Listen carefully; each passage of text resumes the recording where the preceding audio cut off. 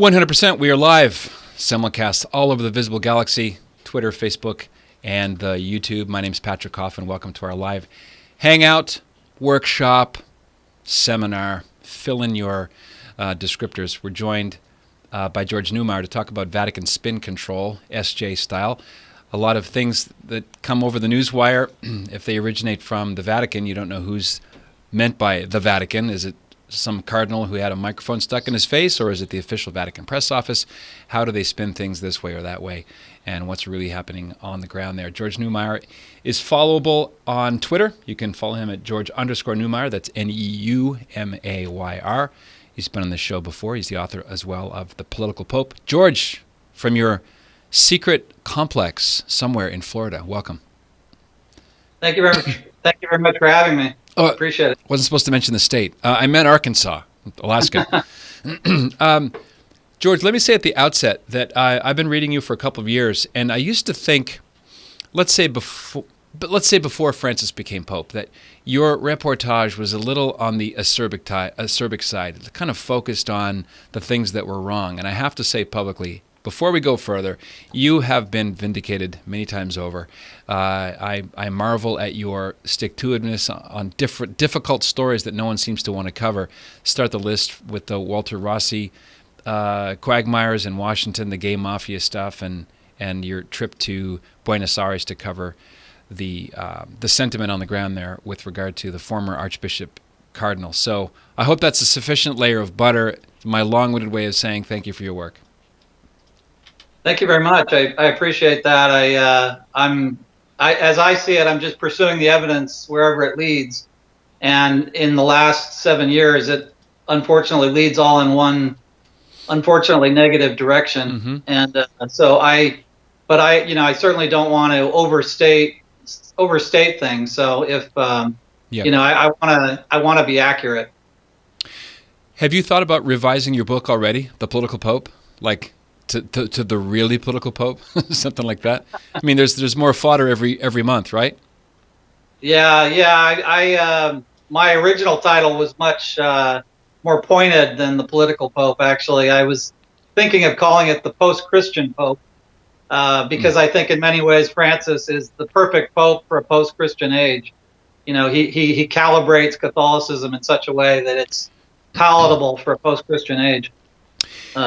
Yeah, he's the first post-Vatican II Pope. He was ordained to the priesthood in 1969, which is a pivotal year.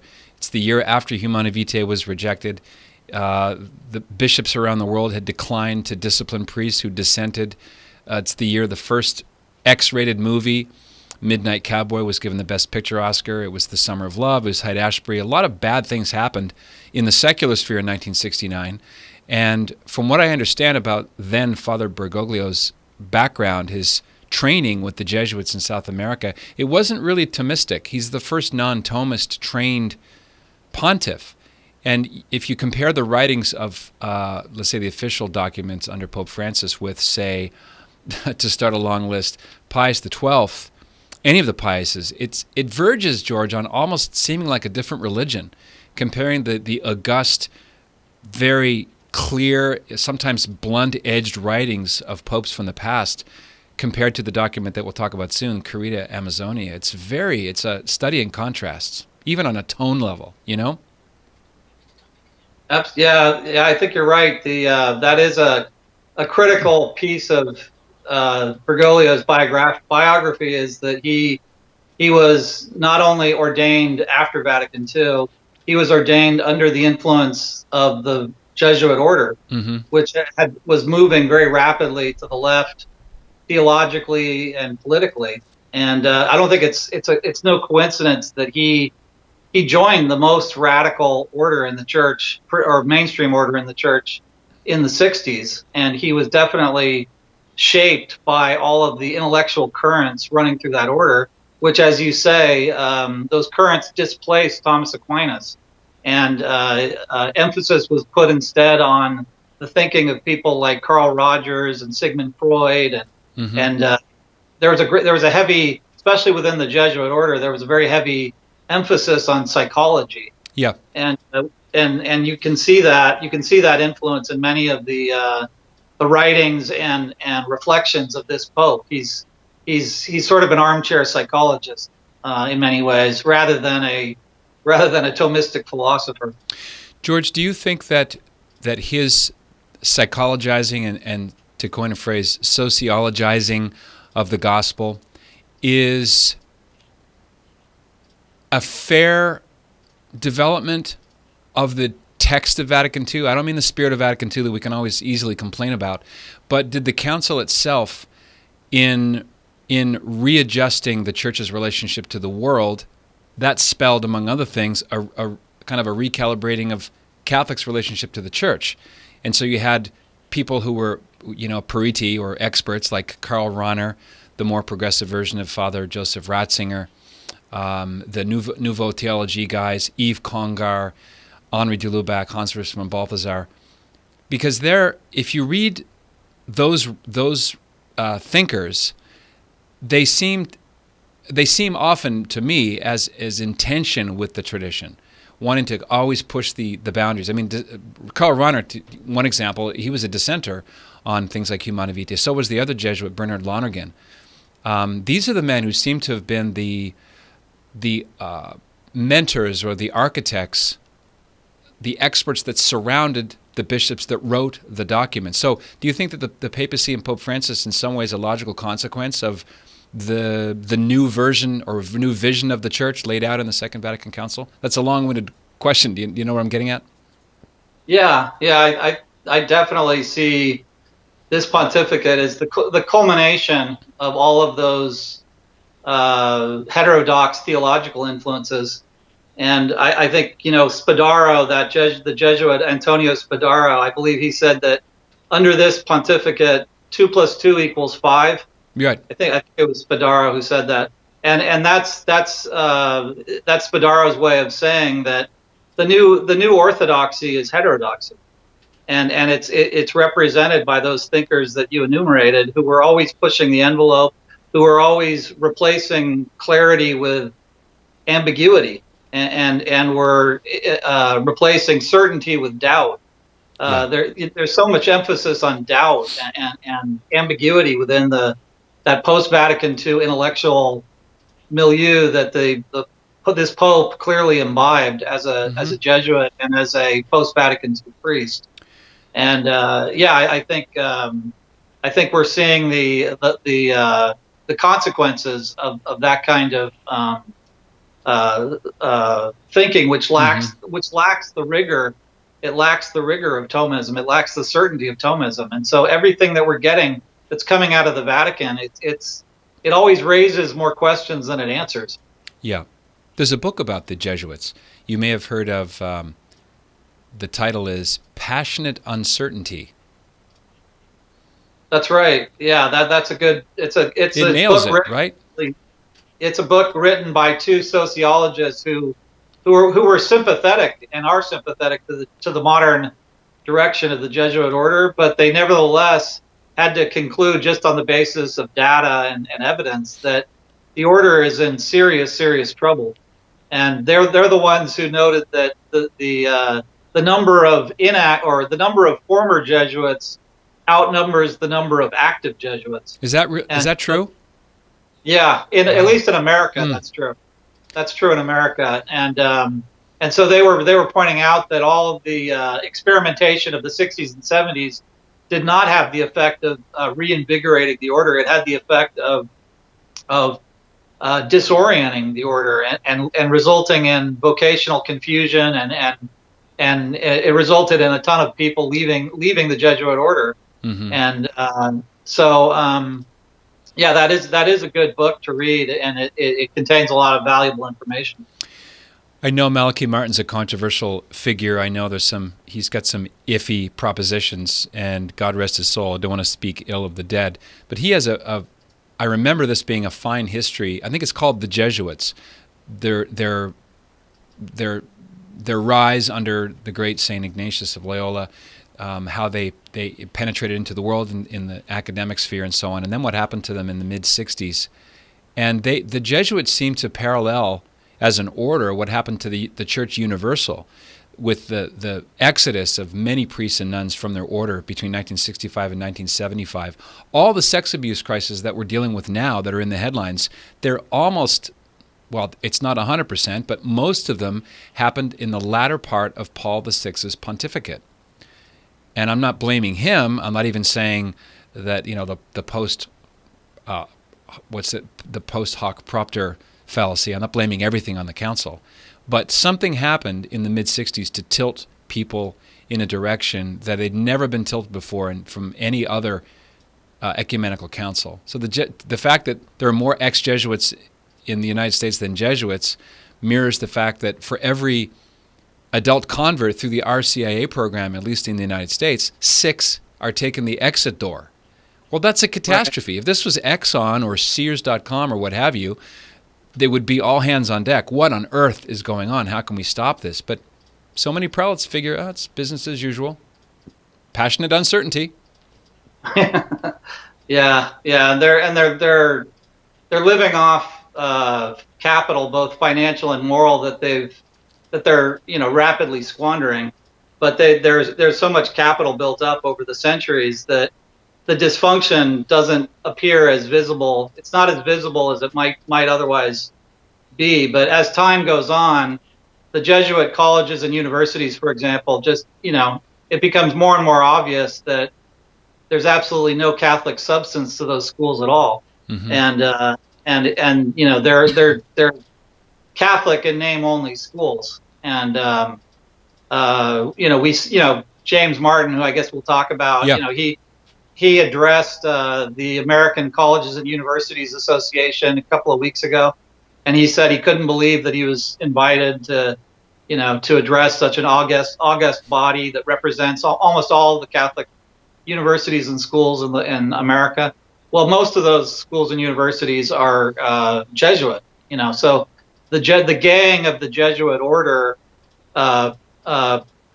foreshadowed the gang of the Universal Church. The homosexual infiltration of the Jesuit order has been, so substantial that even liberals like Gary Wills have decried it and have said that the order isn't, the order needs to start ordaining some normal guys again. When Gary Wills is knocking on the door, complaining, that's a good metric.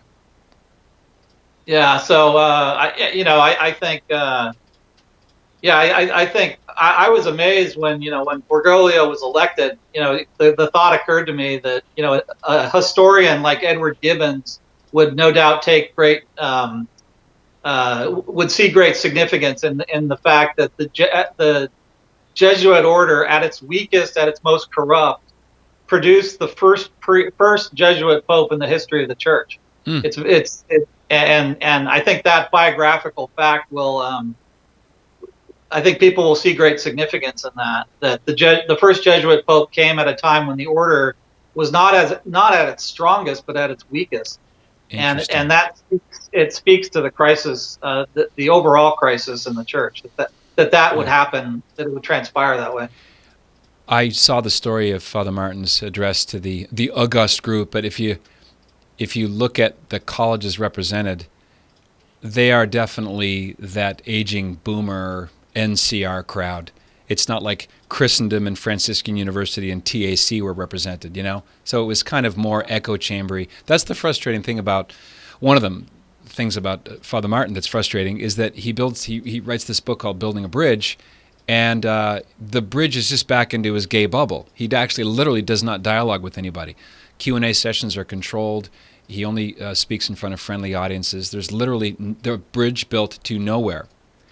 And then we have something you wrote about in the American Spectator, and that's his 2019 meeting and photo op in the papal library there as part of the Apostolic Palace, normally reserved for heads of state, royalty, cardinals.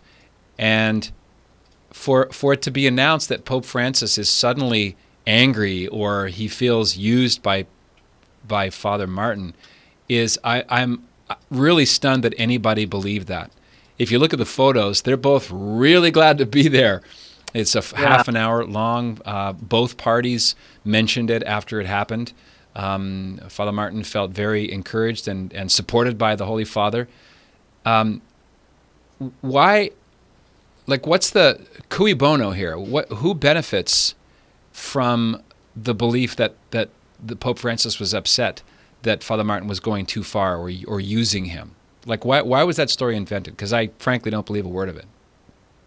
Yeah, I don't know if it was invented or it because this Pope is such a Peronista in his rhetorical style that he's willing to tell audiences what they want to hear. On Monday he'll say something quasi-conservative, and then on Tuesday he'll say something liberal, and then on Wednesday he'll say something conservative again. That's a Peronista rhetorical style, which this Pope clearly has embraced, and so it's perhaps out of that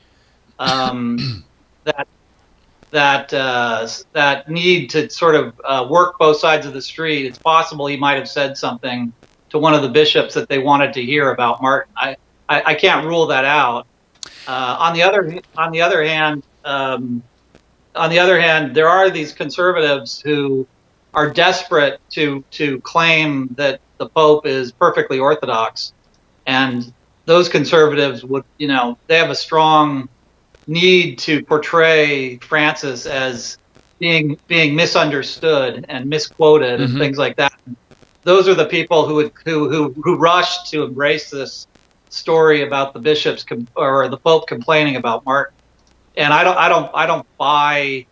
I mean, the only thing I would say is that it's possible that the Pope was just head faking them. That he just said something to kind of reassure them, but it doesn't reflect his real feelings or real views. I think Martin. The fact is he gave an exclusive 30-minute meeting with this guy who's known completely as an LGBT advocate. He gives him 30 minutes alone with a photographer in tow, and we're supposed to think that he didn't know that was going to signal papal approval for LGBT ministry. I mean, that strains credulity. So, and we know from his other statements and his other meetings that he's just as pro-LGBT as James Martin is. He was the first bishop. He was the first bishop in Argentina to endorse gay civil unions, right? And he didn't do it just out of realpolitik, as some people like to claim. He did it out of sympathy for homosexuals, and he. So yeah, I mean, if in 2013, The Advocate, the gay magazine, The Advocate, made Pope Francis its Man of the Year. He was in many ways. Francis was on the same. He was on the same wave that James Martin has been riding. That makes him similar to Godfrey Daniels, the Cardinal Archbishop of Belgium, who oversaw the destruction of the church in the last 35 years. He was pro-gay civil unions and pro-choice. I mean, he was a complete disaster on several levels we could get into, but that's another story for another day. J.D. Flynn's account in CNA, Catholic News Agency, which is it's owned by EWTN, which itself is in a way, I won't call EWTN News a wholly owned subsidiary of the bishops, but it's very sympathetic. It's the picture of mainstream Catholic media, and it was puzzling to me that in JD's account, none of the bishops went on the record by name in this anecdote about the Pope being angry. And now some caca hit the fan because Bishop Wester of Santa Fe and another bishop whose name is, I've forgotten, in Cheyenne, Wyoming, I think, both went to the National Catholic Reporter of all places to clarify, actually, no, the Pope never mentioned Father Martin. We don't know where this is coming from. Why not go on the record by name? I mean, what's the hidden thing here that behind the anonymity? Do you know? Right. That's a good point. It definitely weakens their testimony that they won't go on the record and say that, and it shows that they're probably pretty uncertain in their points. That they're afraid that if they're too identified with the anti-LGBT position, that's going to hurt them with the Pope. Mm-hmm. So the very fact that their very anonymity is an indication of the atmosphere, the pro-LGBT atmosphere at the Vatican. back in the Benedict and JP2 days, these bishops wouldn't be quoted anonymously. They would be quoted by name, because those guys wouldn't have been afraid to be identified as critical of Martin. But I think that's it. I think it's the Peronist way of leading that this Pope's now famous for, of keeping your underlings afraid of you and always wanting to give the appearance of pleasing the court.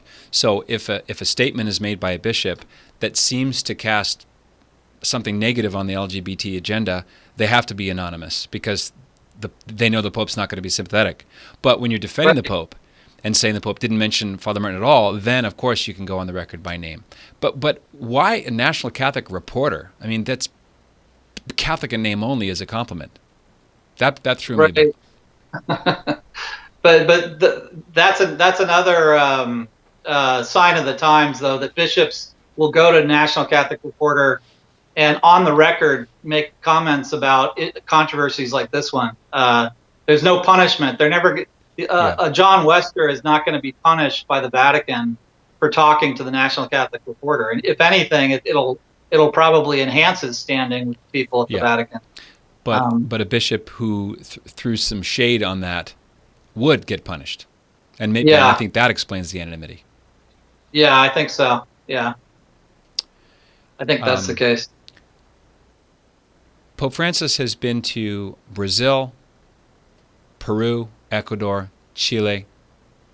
He's been Pope over 7 years. Not one visit to his native land. Pope Benedict went to Germany 3 or 4 times. John Paul II went to Poland, I think, 8 or 9 times.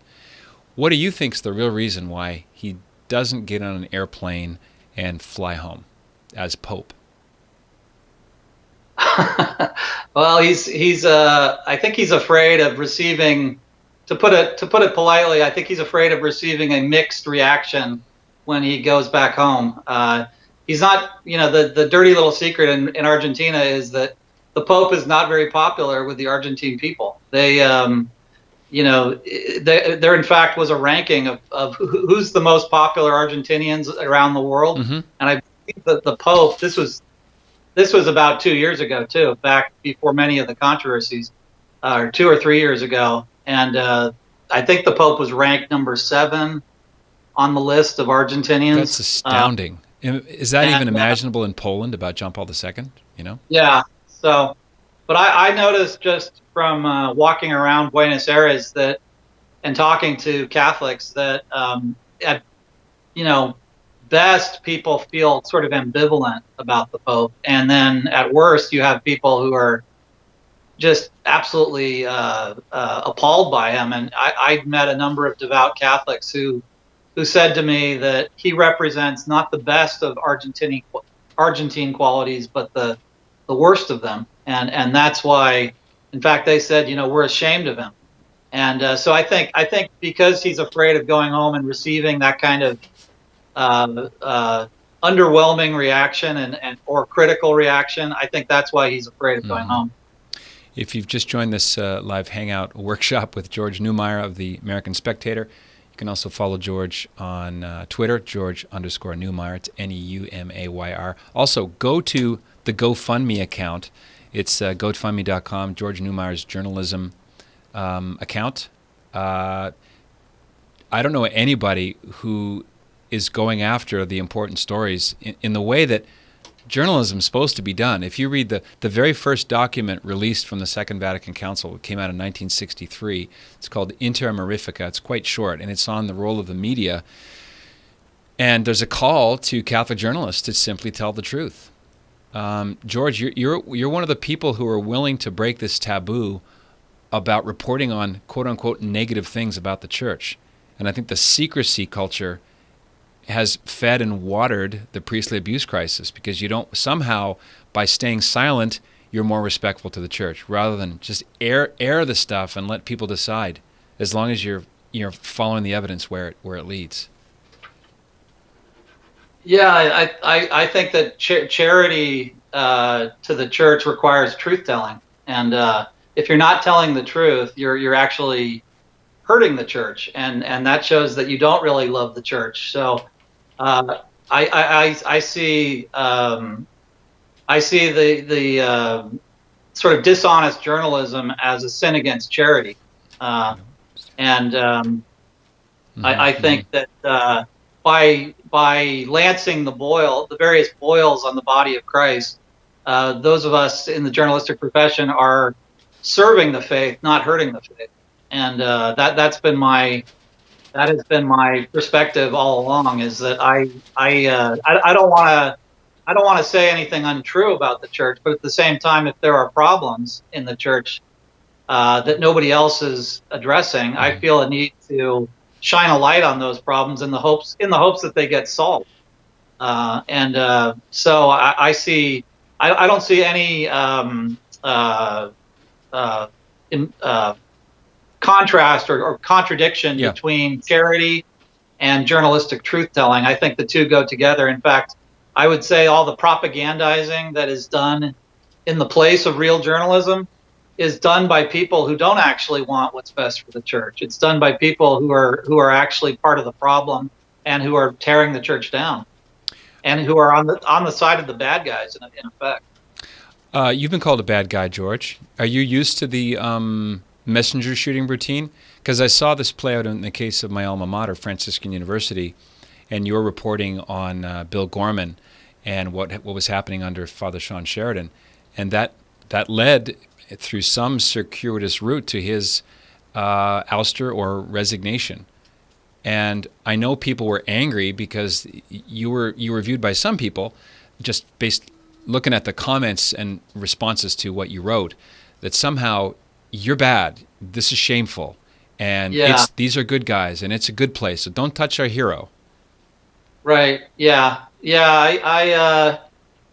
I did that, really, those reports on Gorman and Sean Sheridan, because some loyal Steubenville alumni and people associated with the school called me up and they said, our school is under attack by these outside forces and Gorman.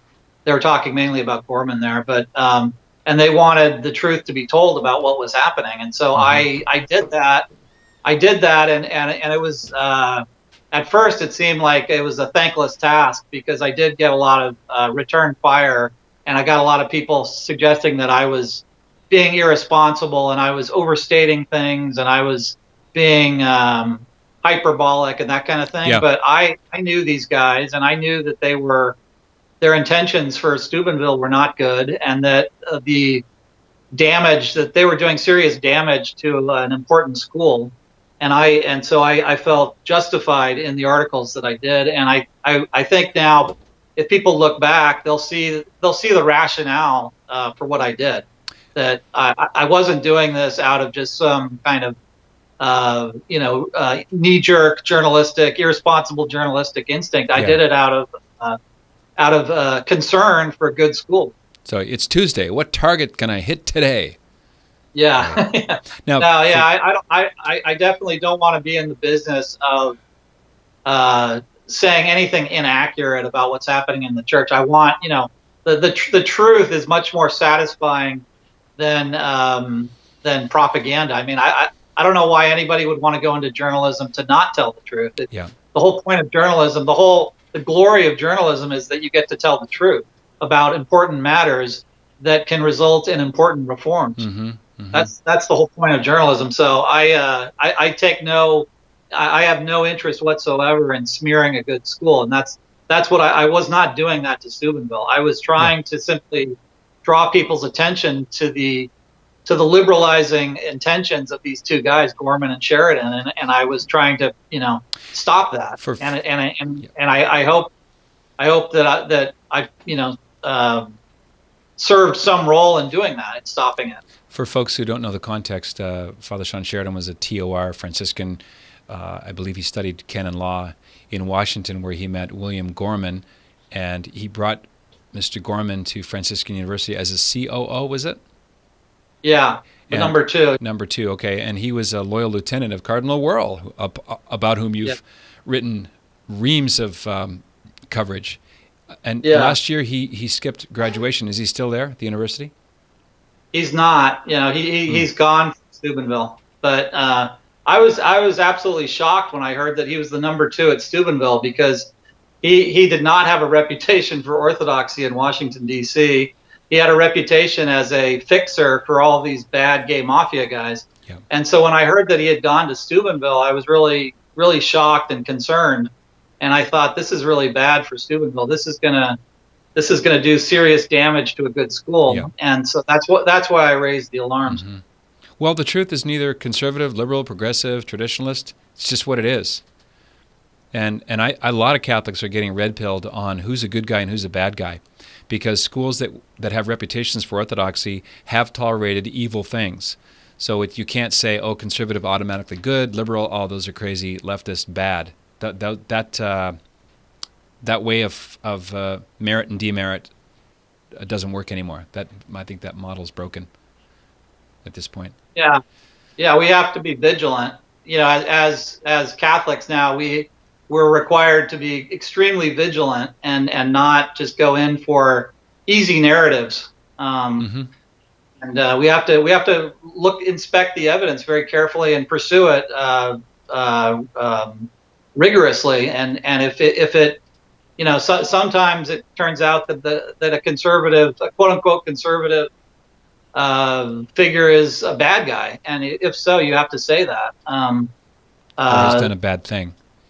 But I think it's better if we just pursue the evidence wherever it leads. I think that results in more reliable journalism than just setting up a system of saying, okay, here are the good guys, here are the bad guys. Let's just go after the bad guys. Yeah, they all wear white hats and the bad guys wear black hats. If you've just joined us, this is a live stream hangout with me, Patrick Coffin, host of The Patrick Coffin Show, and the founder of Coffin Nation. Our guest is George Neumayr, journalist, reporter. I was going to say novelist, but as far as I know, you haven't written a novel yet, right, George? We crank out dozens of content for members, commentary, closed Facebook group. We're holding a meetup conference in November in Southern California. If you want to join us, check out coffinnation.com, watch the trailer, and maybe it's something for you. A lot of Catholics around the world are finishing each other's sentences. We're all basically dealing with the same kinds of concerns and challenges. What's happening to our kids? What's our legacy? How are we dealing with church confusion without losing our minds and keeping our balance and all that? So coffinnation.com if you want to find out more. Let's turn to questions, shall we, George? Sure. This is a real softball. It's actually not even a question. I'll just read it to you. This is from looks like San Diego. Love you guys. Big fan of Neumayr. So there's that.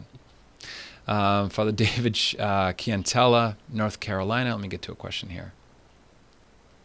A lot of well-wishers. A bunch of us in Minnesota tried to have Jimmy Martin banned from appearing at the Minneapolis infamous gay parish, St. Joan of Arc. Complete silence from Archbishop there. Archbishop Hebda quickly made a young priest apologize, though, for describing Islam as a threat to America. George, not to pick on any individual bishops, and bishops have a very hard time, and a lot of bishops are doing the best job they can. They're up against incredible challenges. Full stop. Why does every archdiocese seem to have a gay parish? It's like this knot. It's almost like a speed dial parish for gays and lesbians, with full tolerance of the archbishop. And I mean every archdiocese, led by good guys or not. Yeah, it shows how deep the how pervasive the influence of that ministry is. That you have the LGBT cause has subsumed the American society, and insofar as the church has been opened herself up to the influence of that society, it similarly embraces LGBT. I was reading today actually that Tobin just got an auxiliary bishop, where he got 3 auxiliary bishops, and I just looked up. I was curious to see their backgrounds. Well, one of the auxiliary bishops, a guy named Michael Sapolito, he's notorious as an LGBT advocate, and he has a ministry called Open Arms, which has hosted James Martin, and which used to have, I don't know if they still do at the parish where Open Arms is, but they used to have a director of liturgy who was in a gay gay partnership, and this was known to the pastor, and he didn't care. So yeah, I mean, everywhere you look now, the LGBT stuff is seeping into the church, and it's seeping into Catholic schools. I mean, you have Catholic universities all over the place that are, DePaul, for example. Yeah. DePaul has a gay studies program, so It makes parity impossible. yeah. So it's the problem of modernism in a very specific form. I mean, because the crisis of modernism is everywhere, and so since the crisis of modernism is everywhere, it's not surprising to also find these LGBT ministries everywhere. A new auxiliary bishop for San Diego was announced today as well, Father Ramon Bejarano from Stockton. I don't really know anything about him, but if Bishop McElroy is excited about him, eyebrows should raise, because I know you know this, George, but for people watching now on our live stream, the following four men, Robert McElroy of San Diego, Cardinal Blaise Cupich of Chicago, Kevin Farrell, formerly of Dallas, now in Rome, and Archbishop Joe Tobin of Newark, formerly of Indianapolis, they all have they have two things in common. Number one, they were mentioned by name in the August 2018 letter by Archbishop Vigano, the first one, as being handpicked by the Pope, going around the turnip procedure. And the second thing they have in common is that they're both on the back cover with glowing, fabulous endorsements of Father James Martin's book. Yeah, that's right. So those are important dots to connect. Yeah, and then you have lesser figures like Archbishop Gregory in Washington, D.C., who rolled out the red carpet for James Martin. You have Donald Wuerl, who's put on a special luncheon for James Martin when he was the Archbishop of Washington. So yeah, I mean, all the big fish, pretty much every single major figure in the American church has signaled to James Martin that they approve of his ministry. Mm-hmm. And well, he headlined the L.A. Rec, which is a bit of a misnomer since Anaheim is actually in the Diocese of Orange as a geographical thing. Was it? What's that? Oh, I wasn't aware of that. So it actually takes place in Orange County? Yeah, it's Anaheim Convention Center, yeah. It's called the L.A. Rec because for so long it was in Long Beach, and it was the brainchild of Roger Cardinal Mahoney. So it kind of sticks. All right, so let's more questions here. Okay, just one sec, George. I want to make sure I'm on. There we go. A lot of comment. I really want questions, brothers and sisters. We got the interwebs are full of comments, but if you have a question, we can maybe take a swing at it. This is Father David Chiantella says, Carl Rogers, unconditional positive regard. I remember it well. Carl Rogers and his partner in crime, Dr. William Colson, single-handedly almost destroyed the Immaculate Heart of Mary order in Los Angeles. You know about Colson, right? He converted later in life, and good man in the end. He's got some valuable insights into what the heck happened. And Carl Rogers himself had some regrets, and Carl Rogers at one point Carl Rogers said that he wished his therapy would go down the drain. I didn't know that. I know he had a strained relationship with his daughter, who I think was also a therapist. Is Pope Francis infected with coronavirus? That's one question. Who knows? To me, the coronavirus is the latest media fear shiny metal object. Remember back in the 70s, it was the coming ice age. Then it was AIDS. They used to call it ARC something. It was an acronym. Then it was killer bees. Then it was death by aspartame. Then it was the devil in your toothpaste because Procter & Gamble was run by Satanists. And then it was SARS. Remember SARS, Zika virus, West Nile, and now we got coronavirus. Yeah. I happen to. I'm not succumbing to moral panic yet. Let's put it that way. And maybe the Pope just has a cold, like most people do. Viva Cristo Rey. The Jesuits were taken over by Freemasonry. That's why real Catholic priests left. From Charles 128. I don't know about that story. And Freemasonry is a difficult thing to talk about because, by definition, it's secretive. It's hard to chart out the story of what happened when by whom, because it's so secretive and occult. What's your take on the influence of Masonry all through Freemasonry throughout here? I wouldn't put it, I wouldn't rule that out. I mean, it did. There's no question that Freemasonry has had an influence over the church and within the last, century or even longer than that.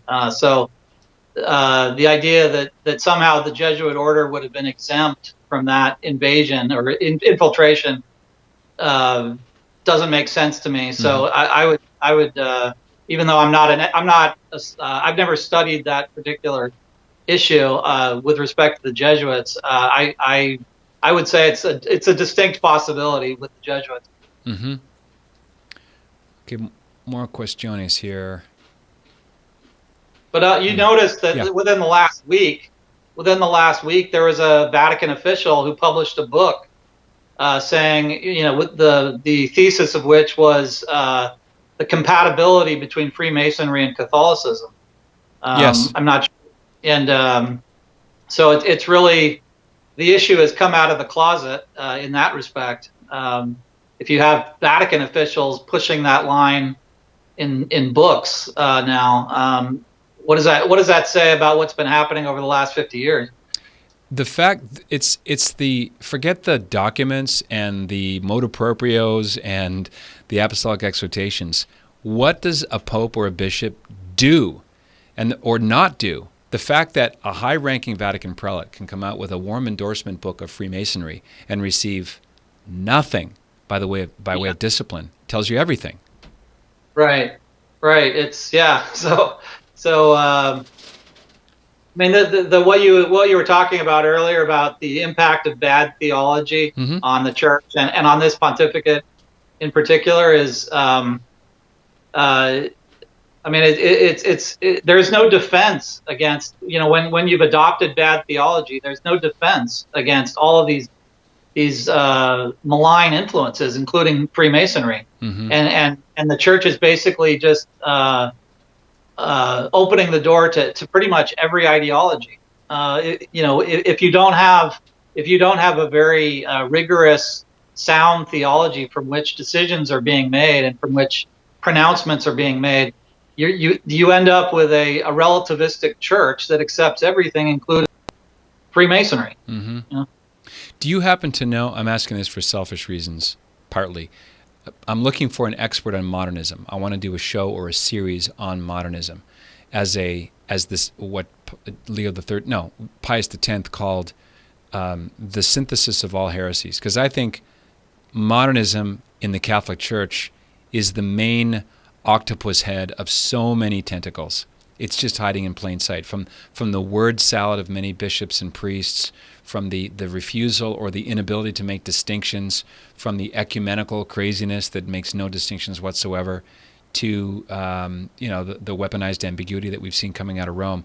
I'm dying to go do a real deep dive with someone who knows the history of modernism and how it's infiltrated itself at the seminary and education levels, at all levels. I mean, it's the miasmic air we breathe. There, I get to use the word miasmic. Any names to come to mind? Well, I've been told that Henry Sire, he wrote a book called, is it Phoenix from the Ashes? I've had him on my show as Mark Antonio Colonna. He wrote The Dictator Pope, right? And I think he'd have some pretty good thoughts on these issues related to modernism, especially as they impacted Vatican II. But yeah, you're right that I think that modernism is it's the cancer that is killing the body of Christ, and we have to we have to find it and remove it in order to save the church. I just gave a couple of examples. Relativism, the dictatorship of relativism that Pope Benedict XVI talked about. We're living under that dictatorship, not only in society at large, but also within the church herself. Mm-hmm. That dictatorship of relativism appears throughout the church.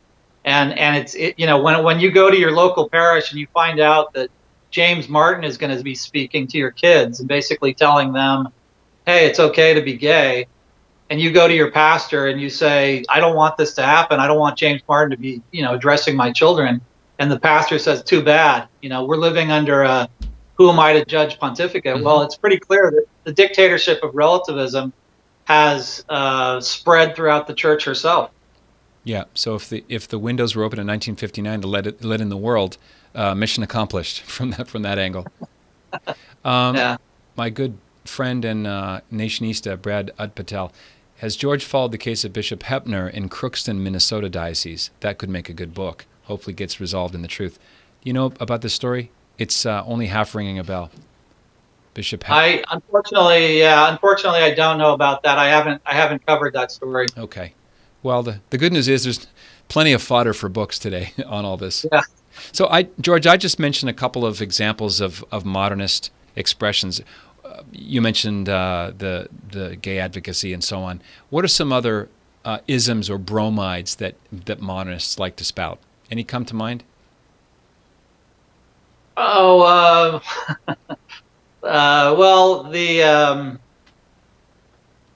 I see all the mumbo jumbo about personal, subjective, religious experience. All of that, it came out of modernism. The whole idea that every path to God is equally good, and every religious experience is, as long as it's labeled religious, is good. That was definitely something that flowed from the modernism that was condemned by the church. Mm-hmm. Because the church recognized, that religion was moving away from religion being something received from God, and it was moving towards something that was generated by man. Mm-hmm. And so all of the ecumenism and the interfaith rhetoric that comes out of the church, it's all based on prizing subjective religious experience and treating that as something very significant, even though it's not something received from God. It's rather something generated by man. And yeah. I think that's the most crucial area where modernism has had a poisonous effect. Mm-hmm. Is that it's prevented us from being able to identify false religion, and the whole point of religion is to worship God as He is, not as man would want Him to be. And yet, go ahead. And worship Him according to the norms He's laid down. So my undergrad Catholics who were raised in the beige, mushy Catholicism of the 70s and 80s can remember this from religion class, especially world religions, that God is the center of the wheel and the hub is the outer external aspects of religion. And the further away you are from the source, the more different the externals seem to be. But as you go up the spoke toward the center, the truths become more and more intertwined and similar. So that under this very modernist ideal, Christianity is just one more spoke, baby.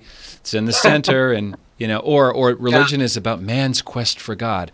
Well, the Orthodox Christian faith says that God came down. God's the initiator, and so God has rights over us, and worshiping Him according to His norms is really good for us. It's not about arbitrary rules. Yeah. So modernism modernism in effect shatters the objectivity of religion and renders all religion subjective. And once you've accepted that, as many people in the church have, there's no you have no grounds to make judgments about anything. And so then that's why you end up with a church where prominent churchmen are saying things like 2 + 2 = 5 now. Yeah. And it's not meant ironically. That's the thing. It's not a piece out of Eye of the Tiber or the Babylon Bee. He meant it. That theological truth there's no end point to it. Right. George, would you say that there's a certain agnosticism, or I'm trying to think of the best way to put it, the objective supreme being, the Father of Jesus Christ, has been reconfigured as the God known as my conscience. So there's a kind of deification of the subjective. You see this in play in Dissent from Humanae Vitae and just about everything else.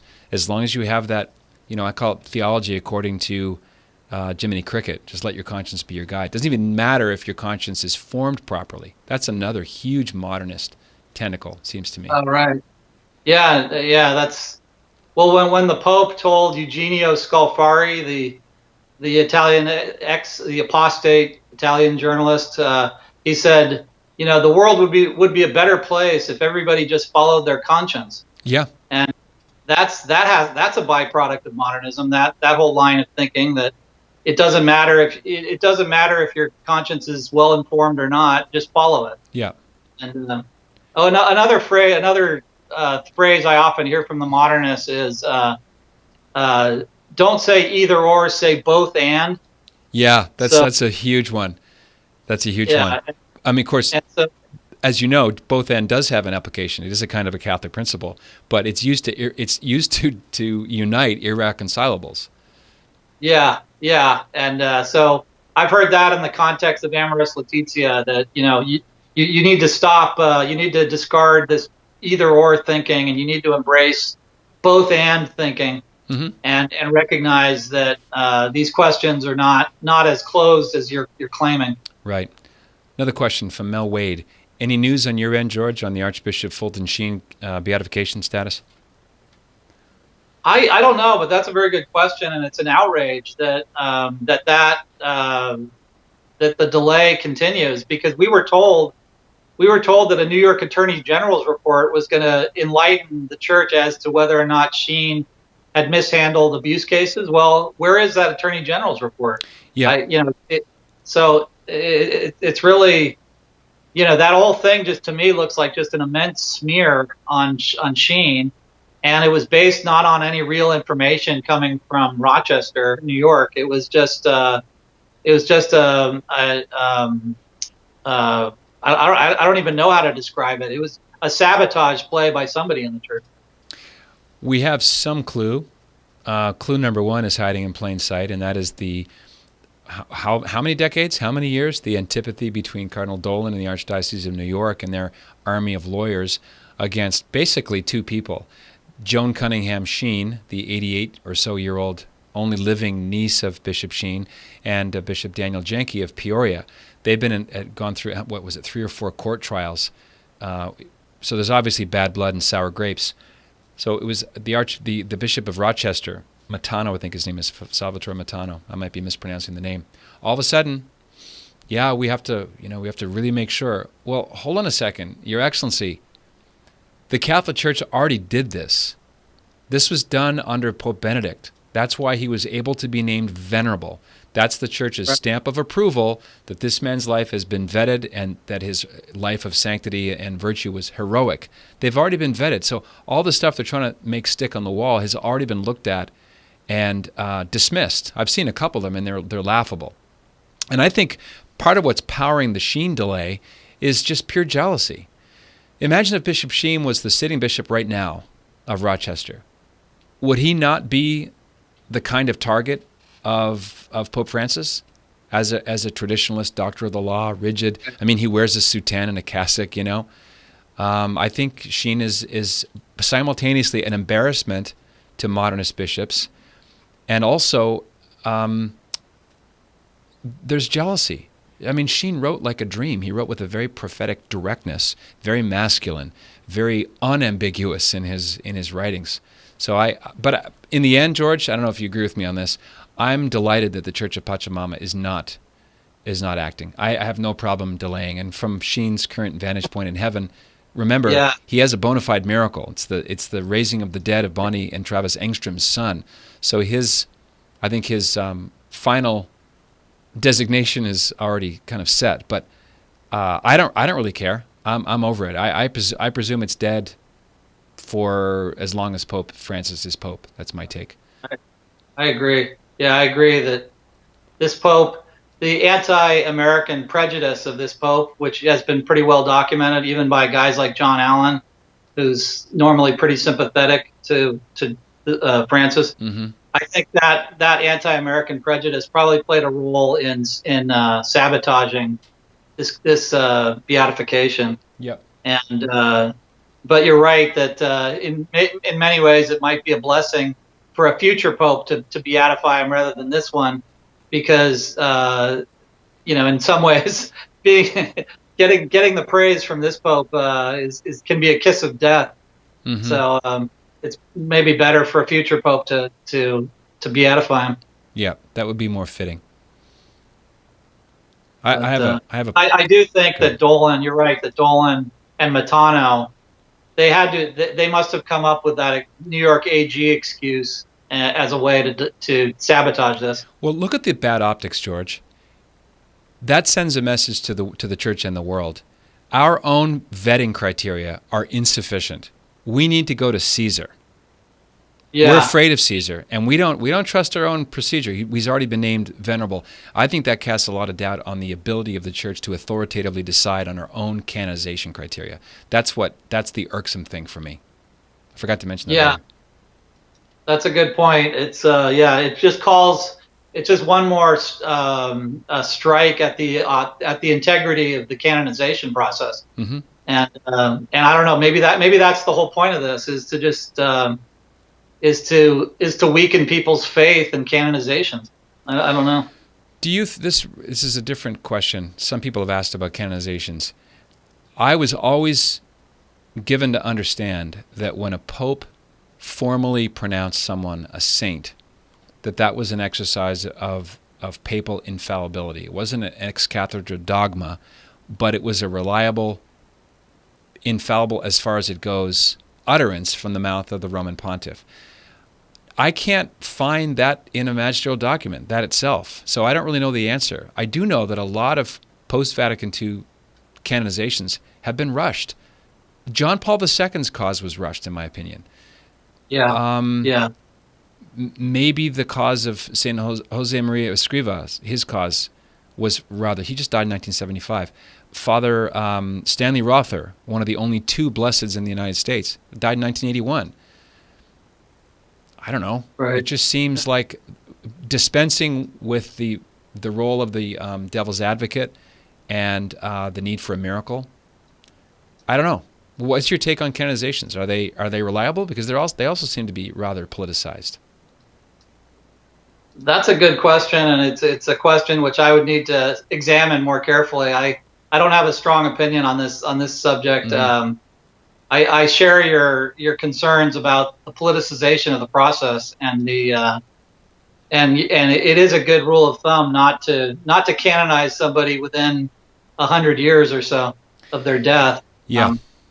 I mean, it's fine to gather testimony while it's still fresh. That makes sense to me. Mm-hmm. Gathering testimony. Yeah. But the actual canonizing somebody who's died recently, that to me seems very reckless. And we just saw with Jean Vanier, that he was probably on the fast track to becoming a saint, and it turns out it's come out that he's a serial abuser of women.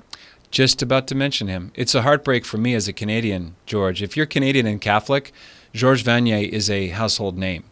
He was the male equivalent of Mother Teresa. Just a phenomenal. I met the man twice. I went to a couple of conferences. I got to speak with him briefly. Read a couple of his books when I was coming back to the church. I found them to be very moving. And, I mean, of all the things that Catholics are suffering through now, it's like, really? Jean Vanier? Are you kidding? But so this desire of Catholics to make folk heroes out of people, whether it's Father John Carapi or Father Tom Eitenauer or anyone who falls quickly, Father Maciel, Uncle Ted, people, when someone comes forth with an accusation, I think the days of not believing the victims are over, at least temporarily over.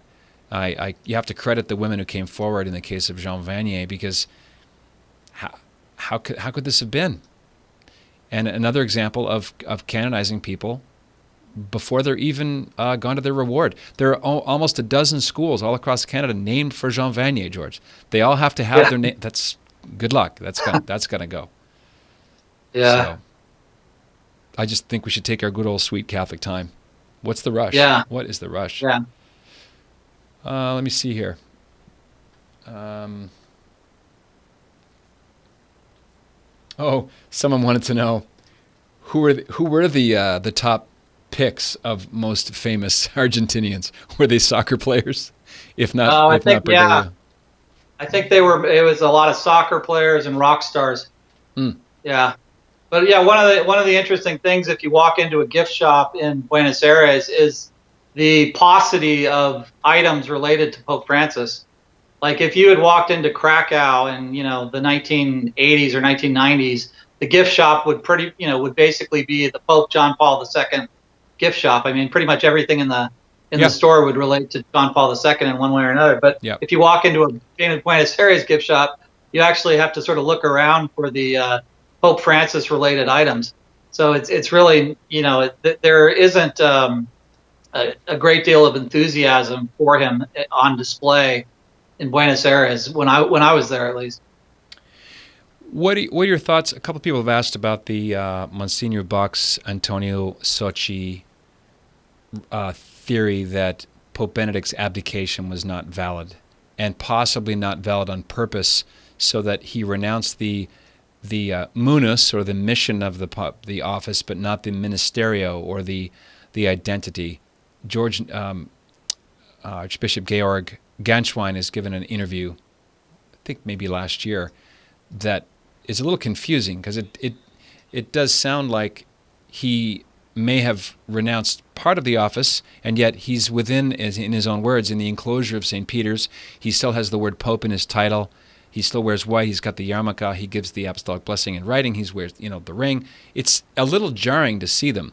What are your thoughts on the theory that Pope Benedict's actually the real Pope?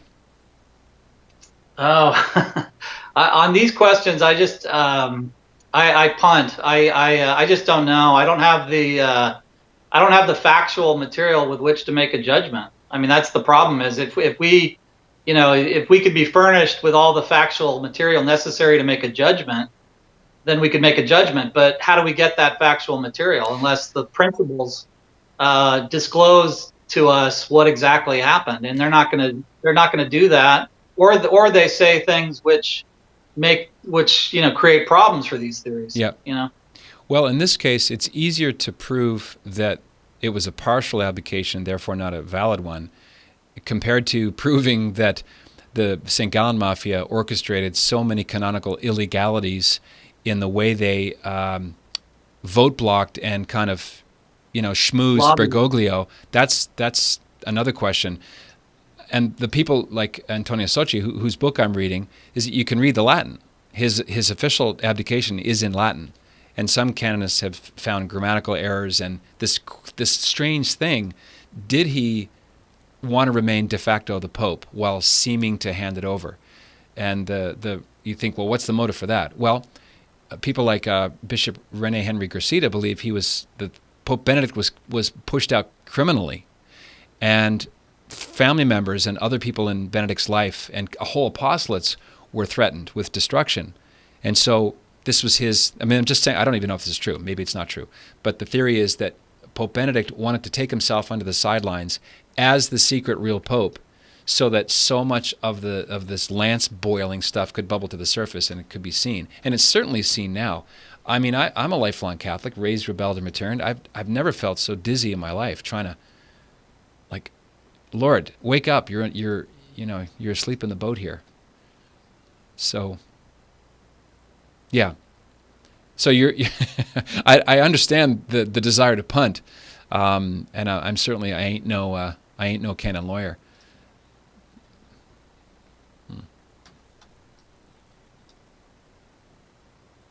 Yeah.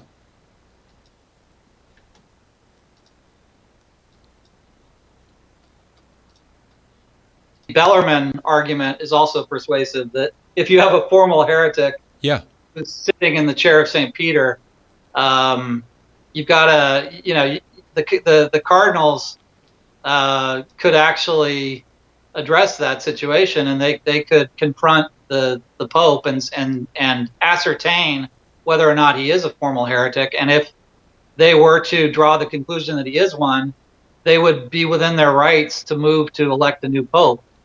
And Because a so formal, yeah, because yeah. a formal heretic by definition loses the office. Yeah, a formal. You can't be simultaneously the head of the body of Christ and a heretic from the body of Christ.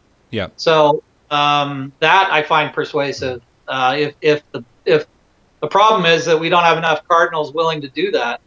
We don't have enough cardinals willing. If we had 20 cardinals willing to confront the Pope and ascertain whether or not he's a formal heretic, something like that could actually occur. But we only have maybe 2 or 3 cardinals who'd be willing to do that, and I'm not even sure if we have Yeah. that many. Can you So can you just back up just a little bit, George? Like, okay, okay. perfect. Yeah, much better. I have to think that there's more than 2 or 3, but that they're so demoralized and they know that it would be a very difficult thing, a very difficult thing. I mean, there are reasons why Archbishop Vigano is in hiding. There are reasons why Father Paul Kalchik of Chicago is in hiding. I hope that there's a larger remnant than just the 2 or 3 red-hatted cardinals who are willing and courageous enough to do things like write out dubia for presentation. But I'm not sure what your take on the dubia is, but I'm delighted that he didn't reply. I think the Pope's non-reply of the dubia is the Holy Spirit protecting the Church. Yeah, that's a good point. Yeah. I mean, the Holy Spirit's it's a negative protection against error, right? It doesn't mean that every utterance is 100% true, every opinion, every off-the-cuff reference. So, anyway, you were going to say something, I think. Oh yeah, I understand the point you're making, but I wonder. I mean, he's made, like say on the death penalty, for example, he knows perfectly well what the Church has taught on the death penalty for centuries, since the days of St. Paul, and yet he just stands up and he says the death penalty is unjust. I don't know how that doesn't fall into the category of formal heresy. Inadmissible in all cases, and what's the phrase? Offensive against human dignity, the dignity of a human person. Yeah. That is a doctrinal change. So true or false? Catholic doctrine can change. No. Well, if it's protected by the ordinary or extraordinary magisterium, it can't change. And the death penalty teaching was always under the ordinary magisterium. It's something that was constantly taught by the Church for centuries. Yeah. So, I've interviewed Ed Fazer on this, and his book, By Man Shall His Blood Be Shed, it's so overwhelming. People focus on Ed's scriptural and traditional arguments and from natural law about why the death penalty is just and good. Some men do deserve to be put to death for their crimes. But the second half of the book by Joseph Basset is really interesting, and it should appeal to liberal or progressive Catholics because he proves, she's got so much data on the side of this, that evildoers who know the date of their death are 7 to 8 times more likely to repent of it, to acknowledge it, to make, admit it. Whereas if you're in the big house for decades, it's like the movie Dead Man Walking. We're getting slightly off topic here, but the Tim Robbins, Susan Sarandon film, which sets out to prove the thesis or to communicate the thesis of Sister Helen Prejean, I think it backfires because it shows this guy, this evildoer, this rapist murderer, only comes to terms with what he's done because he knows this is the day he will pay for his crimes. And he does. It's like that knowledge kind of squeezes out a moral conversion and admission. It's very powerful. But Pope Francis has doubled down on that, George. He not only believes that the death penalty is inadmissible in all cases, but that life sentences are immoral. Right. He said this publicly as early as 2015. Well, Charles Manson, Jeffrey Dahmer. Yeah. So just from that you can see how unsound his philosophy of justice is. If he's willing to let murderers out of jails on the grounds that lifetime sentences are intrinsically unjust, that just tells you what a screwy philosophy of justice he's operating from. Well, I know a lot of lay people are speaking up. I haven't heard any prelates, to my knowledge. Maybe you can contradict me here. Any bishops speak up against this in favor of the traditional teaching, in validates the death penalty? I think Cardinal Burke has, and I think Schneider has, but I'm not positive of that. But I'd be very surprised if Burke agreed with the Pope's position on the death penalty. Okay, then this could become a long. Sorry, go ahead. The irony of the Pope's position on the death penalty is that it was once the position that the Catholic Church censured as a heretical position at the Council of Trent. At the Council of Trent, the anti-death penalty position was declared to be a heretical position, and so we now have a complete upheaval where the once heretical position is now, according to this Pope, the only catechetical position one can take. Yeah. Yep, that's irony. Count the ironies if you can. Can you, I know it gets, when you get comfortable, you go down a little bit. Can you just sit up just a little bit tall? Yeah. Perfect. Wunderbar. Terrific. Someone asked about the changing of the words of the Our Father in English. Any word on that? Have you in rumblings with your ear to the ground? I haven't heard. Yeah, I mean, it's happened in Italy, right? Yeah. But it hasn't happened. Yeah, I have not heard any rumblings about that here. I'm not looking forward to it. I'm sure it will get around to coming here. Well, the line of "lead us not into temptation," it's so easy to explain. If someone goes, "But can God lead us into temptation?" You can easily say, "Well, no, it doesn't really mean that. It means don't put us to the test. Lord, we know your grace is enough. Don't put us on. We don't want to play Job." In other words, it's simple. It's like in the Rosary prayer, he descended to hell. Right, the Apostles' Creed. What? Jesus went to hell? Well, no, it's an old English way of saying the realm of the dead. Let's move on. Right. You don't want to alter the beloved phrasing that's been with the language for time immemorial. It just makes no sense, and it's almost like you could make a movie called The Manchurian Pope, right? Someone who slowly introduces these crazy, wacky things, and he's not really the Pope, but he's tinkering and fidgeting. It's almost like that. Remember what happened with Coke? Coke introduced the new Coke recipe. Yeah. Total disaster. Yeah. No, it's crazy that the actual words of Christ are now being tinkered with by the least orthodox Pope the Church has ever had. Mm-hmm. And also, he has a very shallow theology of evil that I think he's applying to that part of the prayer. The fact is, God permits evil, and that's a great mystery, and it's not a mystery that can be explained away as easily as Pope Francis would like. He was asked once wasn't he asked one time by a young girl why God permits evil, and the Pope said, I'm just as confused by that as you are. Well, mm-hmm. you expect a little bit more depth and wisdom from a Pope than that. Than simply. Yeah, well, that goes back to that passionate uncertainty. You see this reflected in a lot of Jean Vanier's books.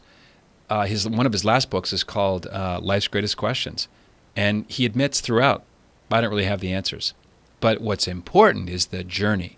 It's the process. It's the urgings and the longings of the heart. Back to what you said about elevating subjective impulses and just subjectivity, period, onto some kind of objective plane, and it almost cancels out doctrine, because doctrine's superfluous if I'm godlike, right?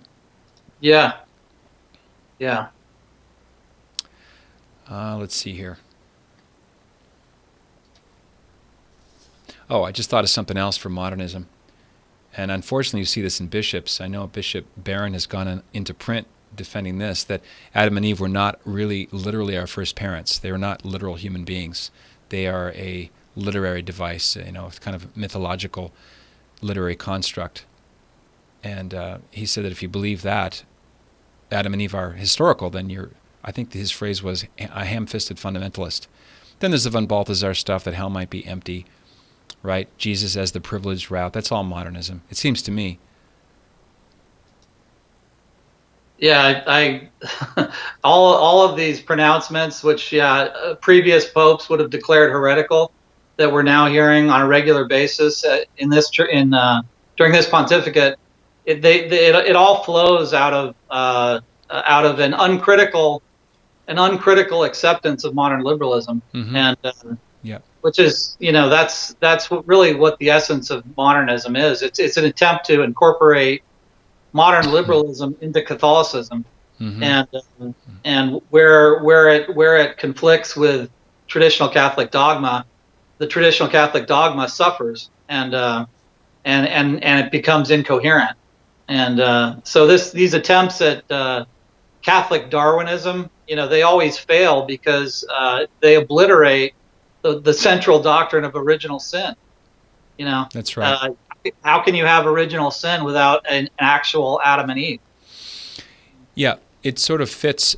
In a way, it proves too much, because if Adam is not an actual man, and he's described repeatedly by St. Paul, the old Adam and the new Adam, well, then maybe the new Adam, Jesus Christ, is also just the the Christ of faith, not the Jesus of history. Why can't you mythologize Jesus out of existence? If you're going to be consistent and Right. demythologize Adam, you have to do the same for Christ, because Paul parallels them. That's true. Yeah, that's right. And if there is no original sin, then there's no need for the incarnation. Right. Yeah. Yeah. Jesus came just out of the abundance of his superfluous love. Not that sin needs a blood sacrifice. And of course, that also destroys all the prototypes in the Old Testament of the sacrifice in the lamb, the animal sacrifices, which are, brought to completion. And I think the fancy word is recapitulation in Christ. The perfect sacrifice. Why is it perfect? Because you don't have to do it twice, right? Hence the Mass. Oh, one last question, Jordan. We've gotten at least 9 hours of more questions here, but I want to respect your time there in your secret compound in Florida. Any word on Monsignor Rossi? What's the status there of the de facto head, or the rector of the National Shrine of the Immaculate Heart, Conception, rather? What's up? That's a good question. It's amazing that investigation into him by Bambera in Scranton, but Bishop Bambera in Scranton, and that's his bishop, right? That's his bishop. He was incardinated in Scranton. Yeah. So, but that investigation is now in its sixth month, and so when you're thinking about it, it takes 180 days to investigate Rossi. That either means that this is the greatest whitewash ever, and they're just waiting for us to forget about what happened, and just hoping that we'll just forget that an investigation was ever started in the first place, or it means that there's a hell of a lot of bad stuff for this investigator to investigate. So I'm assuming it's the latter, and that at some point the investigation will conclude, and it will result in Rossi having to leave the shrine. But if it results in a clean bill of health, Bambera and Gregory have a lot of explaining to do. Yeah, because they've been dragging this out for 6 months, and the faithful deserve an answer. Let me make a prediction right here. I think the Rossi report will come out the same day that the New York AG report and the McCarrick report. Yes, same day. Yeah, mañana. So go to GoFundMe.com. Click on George Neumayr's journalism page, right? Journalism fund. Fun, very good. Well, your stuff needs to be supported, George, and I appreciate your time very much. I wanted to just thank you for hanging out with us. A lot of huge feedback, so a lot of love from here in Southern California and around the world. We've got members in 25 countries at Coffin Nation, so thanks a lot for your time, George. Thank you, Patrick. I appreciate it. All right, this has been a live hangout. Check out coffinnation.com. Watch the trailer. Check out the 3 levels of engagement. Learn about Coffin Nation. Become a Nationista yourself. We have a lot of fun. In fact, we have more fun than canon law permits. So with that, coffinnation.com is the website to click on. I want to thank everybody. Godspeed, George. Happy Lent. You too. Thanks again. All right. God bless you.